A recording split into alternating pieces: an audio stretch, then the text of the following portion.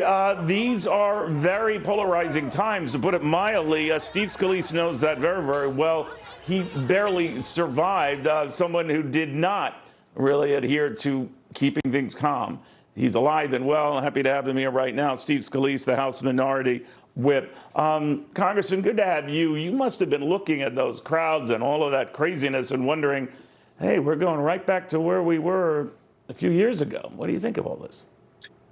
Yeah, Neil, it's good to be with you. And when you see this, I mean, look, we know how this can end. I mean, you know, some of these mobs, when you see them out there throwing bricks at police, they're injuring people. They're killing some police. They blinded police, and yet they keep doing it. And this is where, you know, you've seen President Trump very vocal that we've got to stand up against it. And for whatever reason, Joe Biden won't stand up against it.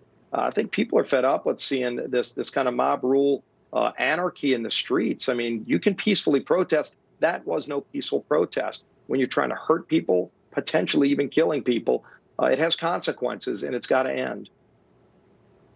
Now, you were at this event last night, correct, sir?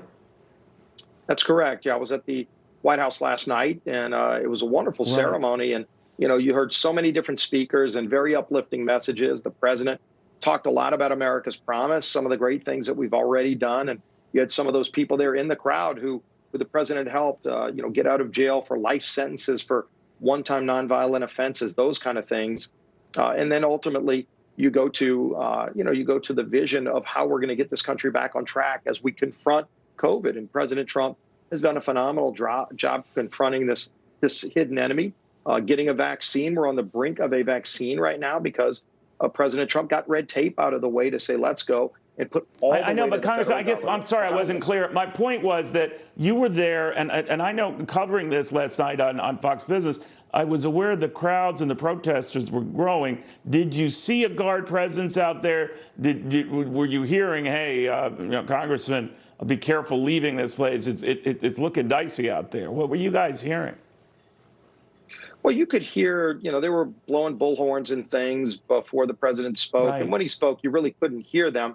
But you knew that they were out there and they were trying to cause a stir. But again, there's one thing to have a First Amendment right to peacefully protest. It's another thing to try to hurt people, injure people, or even worse.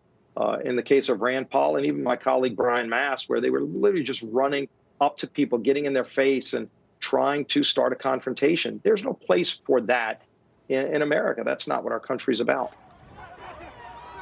You know, speaking of that venue where you were sitting and for the president's big speech, you all looked like you were pretty packed together there. Were you worried that, oh my gosh, I might get COVID now? This is a little too close for comfort. Well, you know, we all had masks on before. They don't show people walk into their seats. Everybody had masks on when they were going to their seats. And then you sit down. And again, this is outside. And everybody knows that protocols for inside versus outside are very different. But at the end of the day, we were spread out and we were outdoors. And it was it's just a wonderful environment to see the beauty of the White House and then the president and his family and a very uplifting message. That's what we saw last night. Getting back to that message, law and order came up quite a bit, Congressman, to your point. And enough now that I'm beginning to wonder, talking to a number of Democratic operatives, that they're concerned. They're not talking about this violence enough themselves, talking about Black Lives Matter, but not so much about blue lives or the violence around that. No less than 3 times over the last, I think, 48 hours, you've had Joe Biden addressing this, but some apparently around him are concerned that this issue is resonating more than they can appreciate, and it's a problem. It's a big problem. What do you say? Well, look, people are definitely paying attention to the violence in the streets in some of these large cities where the mayors have let mob rule take over, and it's very clear what's going on out there.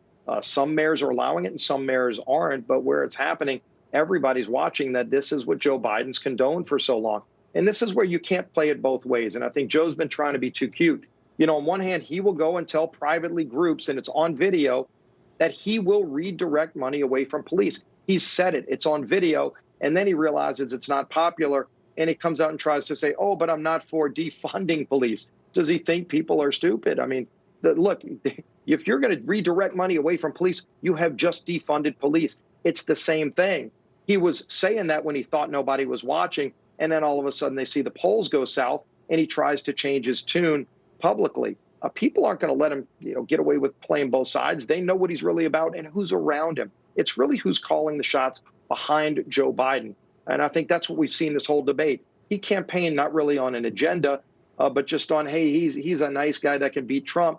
And then all of a sudden you realize he's embraced the entire Bernie Sanders agenda. Bernie, who lost, is now running the show. AOC is, probably going to be a Secretary of Energy. Her agenda, by the way, the Green New Deal, is being carried out in California, where they have rolling blackouts. That's what that gets you. You want rolling blackouts in America, where you don't have your power when the wind isn't up, and or the wind's not blowing and the sun's not shining. That's California right now. That's not where America wants to go. These are divisive. No, these are divisive times, to your point. And by the way, the Biden folks say he never talked about defunding police. He wanted budgetary items that could be better utilized elsewhere. He wants to redirect money away from police. Let me ask you. Let me follow up on that. Then the Democrats quickly countered that the president had some doozies last night, arguing about the largest tax cut of all time, that he's the best president for blacks since Abraham Lincoln. When you heard that latter one, did you just say, all right, this is a little over the top?